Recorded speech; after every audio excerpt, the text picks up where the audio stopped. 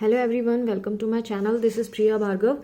Today we are going to do a subsection of Unit 4, Abraham Maslow Humanistic Approach to Personality. This subsection is from Unit 4, Humanistic and Self-Theory, Maslow and Rogers. Unit 4 is from Block 2, MPC 003, Personality, Theories and Assessment.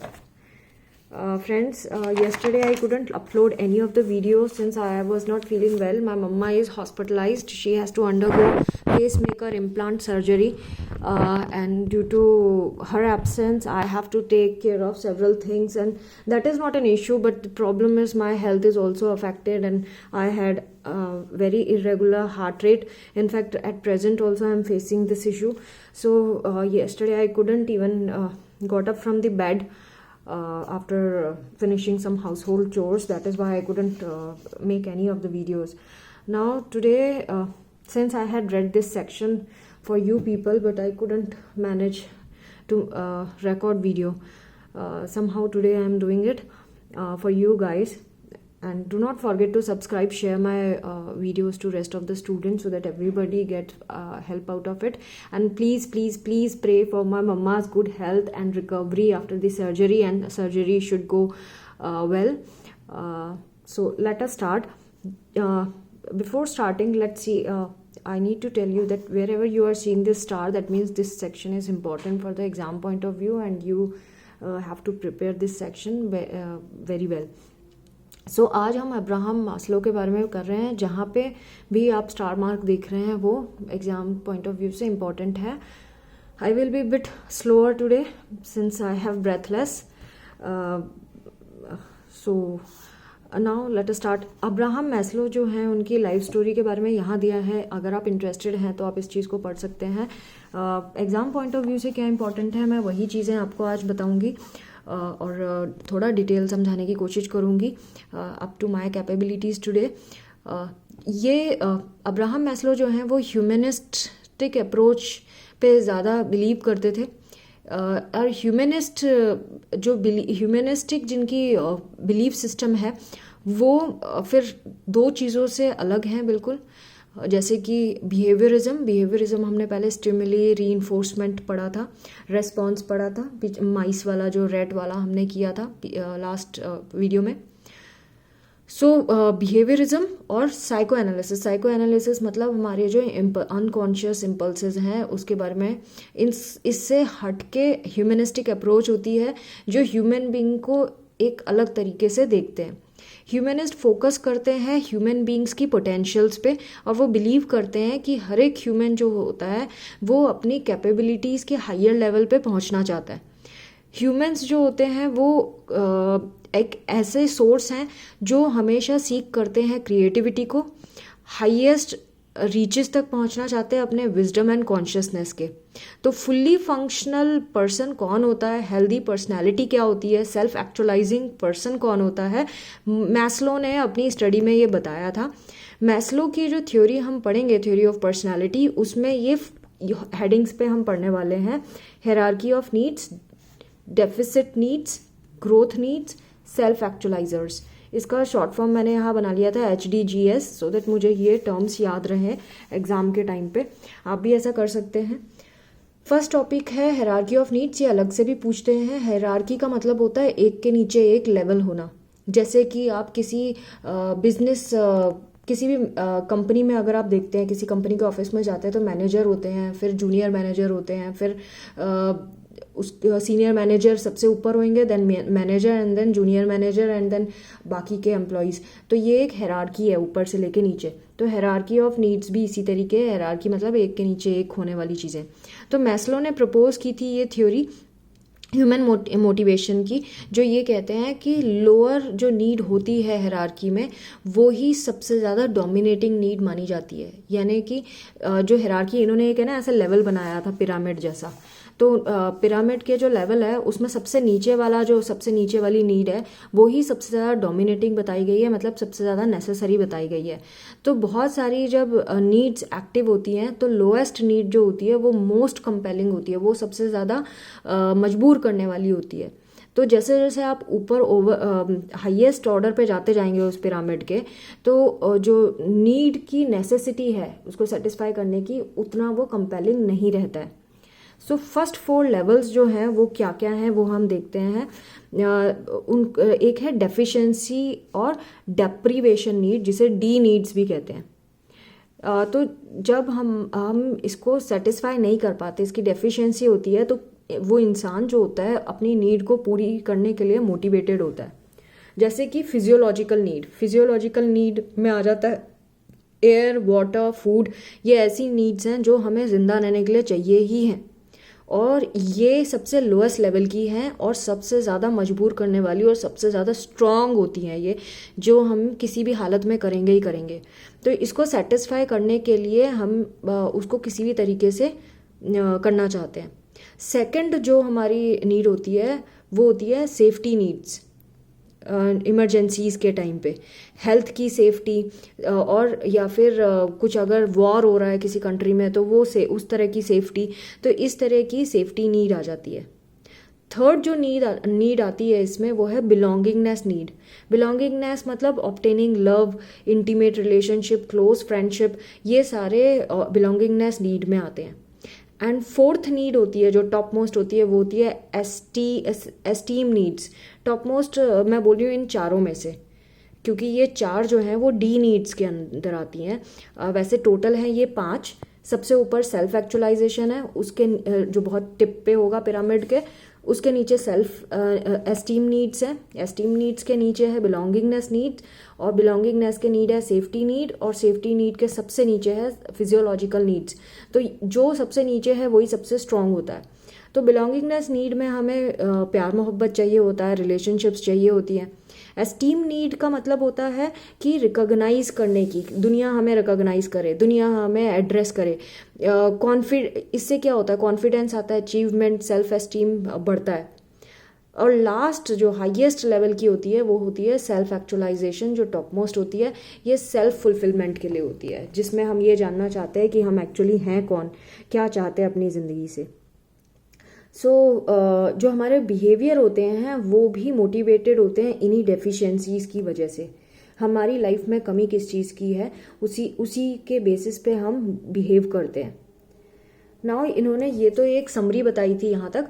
अब हर एक चीज़ को इन्होंने बड़े detail में यहाँ समझाया है। जैसे लोएस्ट लेवल पे मैस्लो ने बताया हायरार्की में फिजियोलॉजिकल नीड्स हैं। जैसे कि मैंने बताया कि हमें सरवाइव करने के लिए ये फिजियोलॉजिकल नीड्स बहुत ज़रूरी होती है। इसमें वाटर, एयर, फूड, स्लीप, ये सब आता है।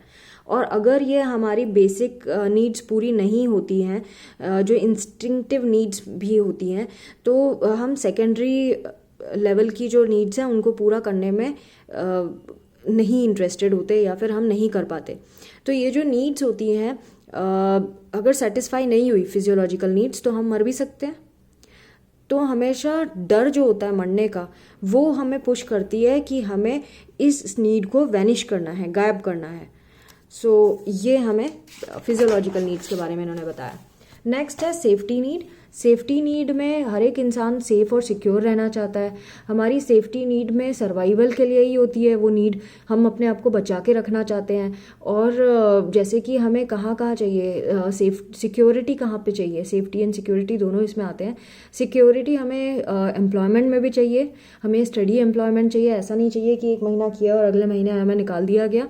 हेल्थ इंश्योरेंस चाहिए, सो दैट हमारे पैसे पूरे जो हमने मेहनत से कमाए वो सारे ट्रीटमेंट में ना चले जाएं।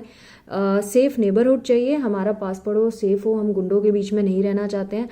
और जो हमारा जो एनवायरनमेंट है, हमारे एनवायरनमेंट से बचने के लिए हमारे पास एक शेल्टर होना चाहिए, यानी कि घर होना चाहिए। तो ये सेफ्टी सिक्योरिटी के अंदर आता है। नेक्स्ट है बिलोंगिंगनेस नीड। बिलोंगिंगनेस नीड का मतलब होता है लव एंड अफेक्शन। हमें हमारा परिवार चाहिए, हमें रोमांटिक रिलेशनशिप भी चाहिए, हमें हमारी फैमिलीज़ भी चाहिए, और ये हमारे माइंड को हैप्पी रखता है। हमें कंपेनियनशिप चाहिए, एक्सेप्टेंस चाहिए, और जिसमें सोशल, कम्युनिटी और रिलीजियस ग्रुप्स सारी चीज़ें इन्वॉल्व होती हैं। नेक्स्ट 4th लेवल है self esteem needs. Self esteem needs में आता है कि हम अपनी एस्टीम को बढ़ाने में बड़े इंटरेस्टेड होते हैं, हमें ज़रूरत होती है, हमें बहुत इंपॉर्टेंस चाहिए हर जगह से। तो इसके 2 वर्जन है, एक है लोअर वन और एक दूसरा हायर वन। लोअर वन है कि हमें रेस्पेक्ट चाहिए दूसरों से। और जो हायर वन है वो है कि हमें सेल्फ रेस्पेक्ट, हमें खुद के लिए कितना रेस्पेक्ट है। तो जो नीड है दूसरों से हमें रेस्पेक्ट की, उसमें आता है हमारा स्टेटस, हमारा रिकॉग्निशन, हमारा प्रेस्टीज, हमारा फेम, हमें अटेंशन कितनी मिल रही है दुनिया से, वो ये है लोअर वन।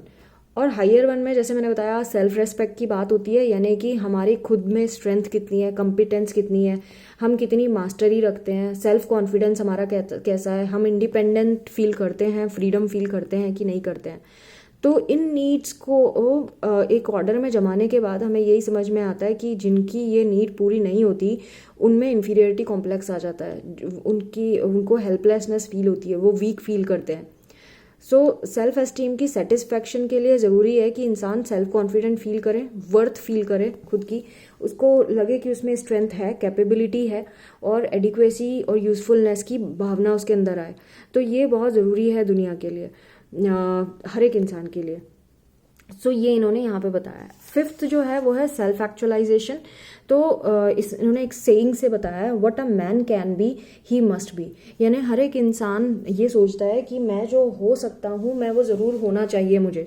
तो ये जो लेकिन सब लोग उस पोटेंशियल को अचीव नहीं कर पाते, सेल्फ एक्चुअलाइजेशन नहीं अचीव कर पाते हैं। तो वो जो नीड होती है वो इंसान के अंदर हमेशा होती है कि वो अपने फुल पोटेंशियल्स को अचीव करे और अपने पोटेंशियल को रियलाइज़ करे और अपने ड्रीम्स को अचीव करे। सो ये मैस्लो ने डिस्क्राइब किया है कि जो डिज़ायर है वो कितना बढ़ता जाता है किसी इंसान के अंदर और कितना एक इंसान कैपेबल होता है ये करने के लिए। तो ये है नीड फॉर सेल्फ एक्चुअलाइजेशन। इसमें एग्जाम्पल भी दिया है, एक इंडिविजुअल है जिसका स्ट्रॉन्ग डिज़ायर है कि वो एक आइडियल पेरेंट बने, और किसी का होगा कि वो बहुत अच्छा एक एथलेटिक्स में अच्छे से करे, कोई सोचेगा कि मेरी पेंटिंग बहुत एक्सप्रेसिव हो, कोई पिक्चर्स के लिए करेगा। तो बहुत सारे अपने अपने सेल्फ एक्चुअलाइजिंग नीड्स होती हैं। नाउ डेफिशिएंसी नीड के बारे में भी इन्होंने बताया, देखिए यहाँ स्टार है यानी एग्जाम में आ सकता है। तो जो फर्स्ट 4 लेवल्स हैं वो डी नीड्स होते हैं, जो हमने ऊपर यहाँ पे फर्स्ट 4 मैंने बताए हैं आपको, ये डी नीड्स में आते हैं, जिन्हें डेफिसिट नीड्स भी कहते हैं। अगर आपको ये चीज़ें सफिशिएंटली नहीं मिलती है तो ये इनकी डेफिशिएंसी की वजह से आपको इसकी नीड हमेशा फील होती रहेगी, आपको कमी महसूस होती रहेगी हमेशा अगर ये फुलफिल नहीं होती। इन्होंने बताया है कि होम्योस्टैसिस हमारी बॉडी में, हमारी बॉडी जो है बॉडी सिस्टम वो होम्योस्टैट के थर्मोस्टैट की तरह काम करता है। होम्योस्टैसिस का एक प्रिंसिपल फॉलो करती है हमारी बॉडी। जैसे कि थर्मोस्टैट क्या करता है, थर्मोस्टैट गीज़र में लगा होता है कि हमने एक टेम्परेचर सेट कर दिया थर्मोस्टैट में, जब तक वो टेम्परेचर नहीं होता तब तक पानी गर्म होता है, और जैसे ही वो टेम्परेचर अचीव होता है पानी वो ऑफ हो जाता है गीज़र। तो सेम इज़ अवर बॉडी, हमारी बॉडी में होम्योस्टैटिक प्रिंसिपल भी इसी तरह से काम करता है। हमारी जब ये नीड्स फुलफिल होती हैं तो हम सेटिस्फाई फील करते हैं, और जब नहीं होती तो हम हमेशा डेफिसिट फील करते हैं, और हम उसको अचीव करने के लिए कुछ भी करना चाहते हैं, हम कोशिश करते रहते हैं हमेशा उसको अचीव करने के लिए। इन्होंने यहाँ पे न्यूबॉर्न का एग्जांपल देके भी समझाया है कि न्यूबॉर्न जो है वो कैसे उसका फोकस रहता है अपनी फिजियोलॉजिकल नीड्स पूरी करने के लिए, और जब तक वो पूरी नहीं होती तब तक वो अटेंशन और अफेक्शन ये सारी चीज़ें वो लेना चाहता है। अटेंशन और अफेक्शन की भी उसकी नीड होती है, सेल्फ एस्टीम की नीड बाद में आगे के सालों में डेवलप हो जाती है। तो इस तरह से, और कभी कभी तो ये भी होता है अगर स्ट्रेसफुल कंडीशन होती है तो इंसान जब वो उसको ये लगता है कि भाई ऊपर की नीड्स तो पूरी हो गई लेकिन नीचे वाली फिजियोलॉजिकल नीड पूरी नहीं हो रही, तो वो इंसान रिग्रेशन की तरफ चला जाता है, लोअर नीड्स की तरफ अपना ध्यान बांट लेता है, क्योंकि जब उसको लगता है कि उसका सर्वाइवल खतरे में हो गया है। नेक्स्ट है ग्रोथ नीड। ग्रोथ नीड जो है ये इसको ग्रोथ मोटिवेशन भी कहते हैं, इसको बीइंग नीड्स भी के नाम से भी जाना जाता है, B need, capital B need. और ये डी नीड से बिल्कुल कंट्रास्ट है, ये 5th वाला लेवल सेल्फ एक्चुअलाइजेशन लेवल का है। तो इसमें जो सेल्फ एक्चुअलाइजेशन कैसे करना है वो इसमें इम्पोर्टेंट रखता है। तो यहाँ पे कोई होम्योस्टैसिस की ज़रूरत नहीं है, जैसे ऊपर थी होम्योस्टैसिस की ज़रूरत। इसमें सिर्फ कंटिन्यूस डिज़ायर होगा इंसान को कि वो अपनी पोटेंशियल को फुलफिल करे। ट्रूली सेल्फ एक्चुअलाइजिंग बनने की कोशिश करता है इंसान इसमें। तो इसमें इन्होंने बताया कि कई लोग होते हैं जो सेल्फ एक्चुअलाइज्ड होते हैं। तो ये जो मैस्लो हैं, मैस्लो ने है ना बहुत सारे सेल्फ एक्चुअलाइज्ड लोगों की बायोग्राफिकल एनालिसिस किया। उन्होंने उनके इंटरव्यूज़ लिए, उनकी स्टडी करी, हिस्टोरिकल फिगर्स जो बहुत सक्सेसफुल हैं, जिन्होंने वो अचीव किया जो वो चाहते थे, उनके बारे में स्टडी किया। जैसे कि उनके टाइम पे, मैस्लो के टाइम पे ये अगस्त ग्रुप माना जाता है। अगस्त ग्रुप में कौन कौन है? Abraham Lincoln, Thomas Jefferson, Albert Einstein, Eleanor Roosevelt, Jane Addams, William James, Albert Schweitzer, Benedict Spinoza and Aldous Huxley, plus 12 लोग और थे जिनका नाम नहीं है, लेकिन वो मैस्लो के टाइम पे अलाइव थे और उनके ऊपर इन्होंने रिसर्च करी और उनकी बायोग्राफीज पढ़ी, उनकी राइटिंग्स को पढ़ा, उनके एक्ट्स और उनके वर्ड्स को सुना पर्सनली, और ऐसे उन्होंने पूरी क्वालिटीज़ लिस्ट डाउन करी जो एक अच्छे सेल्फ एक्चुअलाइज्ड पर्सन की होती है। सो उसमें कैरेक्टरिस्टिक ऑफ सेल्फ एक्चुअलाइजर्स की क्या होती है, वो मॉस्लो के अकॉर्डिंगली वो उन्होंने यहाँ पे लिखा है। This is very important. Why this is important? This is important for every individual, क्योंकि एक इंसान जब इतनी मेहनत करके दे रहा है ये चीज़ें, तो हमें सीखना चाहिए कि हम कैसे सेल्फ एक्चुअलाइज्ड पर्सन बन सकते हैं। इन चीज़ों को और आप चेक भी कर सकते हैं क्या आप में ऑलरेडी ये वाली क्वालिटीज़ हैं।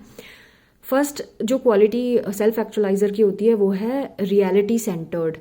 इसका मतलब होता है कि वो डिफ्रेंशिएट कर सकते हैं कि फेक एंड ऑनेस्ट क्या है और रियल एंड जेन्यून क्या है। इन दोनों में वो आराम से डिफ्रेंशिएट कर पाते हैं। प्रॉब्लम सेंटर्ड मीनिंग, इसका मतलब ये है कि वो लाइफ की डिफ़िकल्टीज़ को एज अ प्रॉब्लम देखते हैं जिसका सोल्यूशन एग्जिस्ट करता है दुनिया में। सो वो उसको ट्रबल के फॉर्म में नहीं देखते।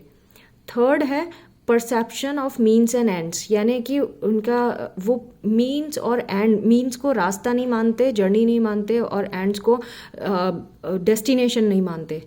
वो हमेशा इन दोनों को फील करते हैं कि एंड जो होता है वो ज़रूरी नहीं है कि मीन्स को सेटिस्फाई करने वाला हो, मतलब रास्ता हमेशा डेस्टिनेशन पे पहुंचाए, ये ज़रूरी नहीं है। सो इस तरह की वो सोच रखते हैं। और कभी कभी ऐसा भी होता है रास्ता ही हमारा डेस्टिनेशन होता है। तो ये इस तरह की उनकी सोच होती है। नेक्स्ट है ये सॉलिट्यूड एंजॉय करते हैं, ये कंफर्टेबल होते हैं जब ये अकेले होते हैं, इनको बुरा नहीं लगता, ये अपने आप को और अच्छे से समझने की कोशिश करते हैं, खुद से अपने रिलेशंस को। इनके क्लोज फ्रेंड भी बहुत कम होंगे, फैमिली मेम्बर्स भी बहुत कम जिनसे रिलेशन होगा इनका, और ये शैलो रिलेशनशिप्स नहीं बनाते कि बहुत सारे लोगों से रिश्ते हैं इनके और किसी से भी कोई डीप रिश्ता नहीं है, ऐसे नहीं होते ये।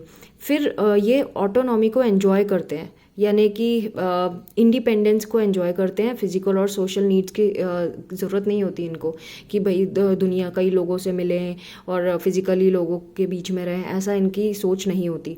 फिर ये रेजिस्टेड एंड कल्चरेशन, मतलब कि हमारे कल्चर में कोई ऐसी चीज़ें हैं जिनको फॉलो करना ज़रूरी है, कोई ज़रूरी नहीं है। ये नॉन कन्फर्मिस्ट होते हैं। ये सोसाइटी के झंझट में नहीं पड़ते कि सोसाइटी ने कोई रूल बनाया तो उसी में फिट होने की कोशिश करेंगे, ये ऐसे नहीं होते। फिर इन हॉस्टाइल सेंस ऑफ ह्यूमर होता है, अनहॉस्टाइल सेंस ऑफ ह्यूमर होता है, यानी कि ये खुद पे भी जोक बना लेते हैं।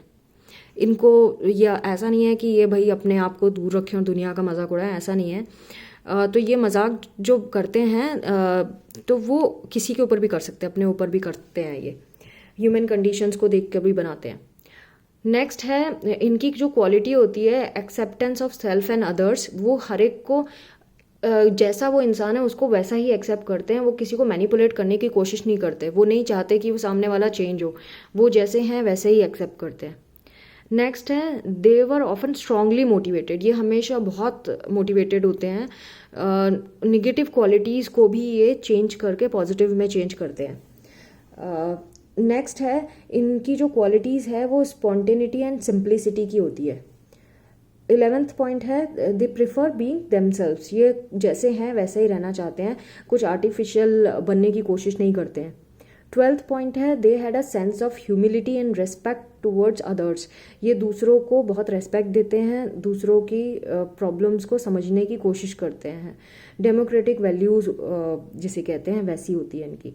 13th पॉइंट है ह्यूमन किंग पिन। ये सोसाइटी सोशल इंटरेस्ट इनमें होता है और ये कंपैशन और ह्यूमैनिटी से भरे हुए होते हैं।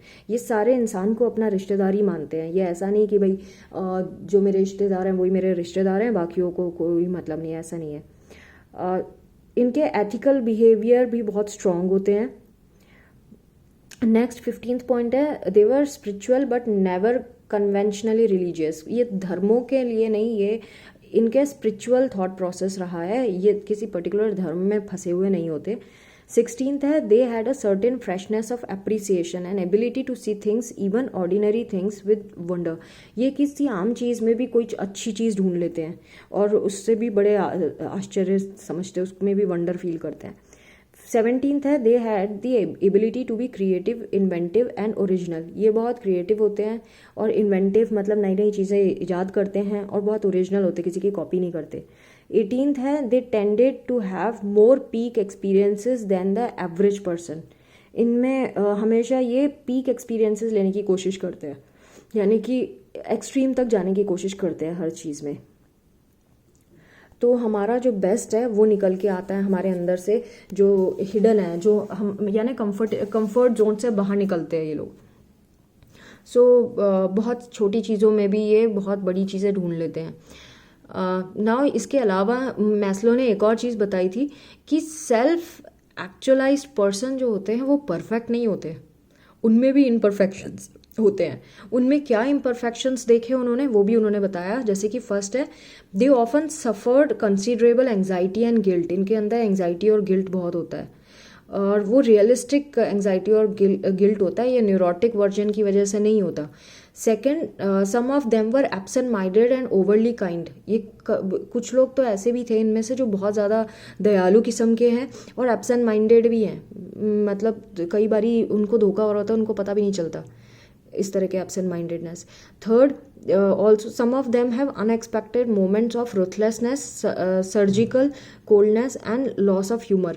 तो कभी कभी ये ऐसी चीज़ें भी इनमें देखने को मिलेंगी जो जनरली उनमें नहीं होती, वो नहीं शो करते हैं। बहुत रूड हो जाना, या उनको कोई चोट लगी है तो उनके बहुत घाव है जिसको देख के भी डर लग रहा है, लेकिन वो कुछ रिएक्ट ही नहीं करेंगे उसमें। उनका ह्यूमर जो होगा वो भी ख़त्म हो जाएगा, ऐसे भी उन्होंने रिएक्ट किया है।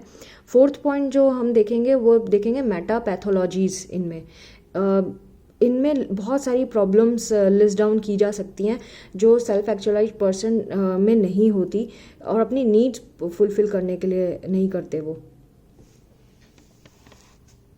इनकी जब नीड्स फुलफिल नहीं होती है तो ये मेटा पैथोलॉजीज शो करते हैं, मतलब बहुत सारे प्रॉब्लम्स को शो करेंगे। नेक्स्ट पॉइंट है कि when forced to live without these values the self actualisers develop depression, despair, disgust, alienation and degree of cynicism. तो जब अगर इनको ज़बरदस्ती कहीं पे डाला जाए जहाँ वो नहीं जाना चाहते हैं तो इनमें ये चीज़ें पैदा हो जाती है, डिप्रेशन, डिस्पेयर, डिसगस्ट, ये सारी चीज़ें। नाउ इवेल्युएशन, इनकी जो मैस्लो की थ्योरी थी, थ्योरी ऑफ पर्सनैलिटी, वो कितनी सही और कितनी गलत। पहली चीज़, ये यूनिक है क्योंकि इन्होंने जो डायरेक्टली स्टडी करके किया है पर्सनालिटीज़ के ऊपर, तो जो भी डाटा इन्होंने कलेक्ट किया वो बहुत ट्रू है, फैक्ट्स हैं, और ये एक हेल्दी पर्सन के ऊपर इन्होंने स्टडी करी, सिक लोगों के ऊपर नहीं करी। ये यूनिक पॉइंट था सेकंड। तो पहला पॉइंट ये है कि उन्होंने डायरेक्ट स्टडी करी है और उन पर्सनालिटीज़ को खुद से सिंगल हैंडेडली हैंडल किया है। दूसरा कि इन्होंने लोगों पे, हेल्दी लोगों पे स्टडी की है रादर सिक लोगों पे। क्रिटिसिज्म क्या मिला? क्रिटिसिज्म ये मिला कि इनकी मेथोडोलॉजी को क्रिटिसाइज़ किया गया क्योंकि उन्होंने बहुत कम लोगों के ऊपर स्टडी करी थी जिन्हें वो सेल्फ एक्चुअलाइज्ड कह रहे थे, उनकी स्टडीज़ को रीड करके, उनसे बात करके। तो सेल्फ एक्चुअलाइजेशन जो है वो साइंस के हिसाब से आप किसको बोलेंगे सेल्फ एक्चुअलाइज, बहुत मुश्किल है उसको डिफाइन करना।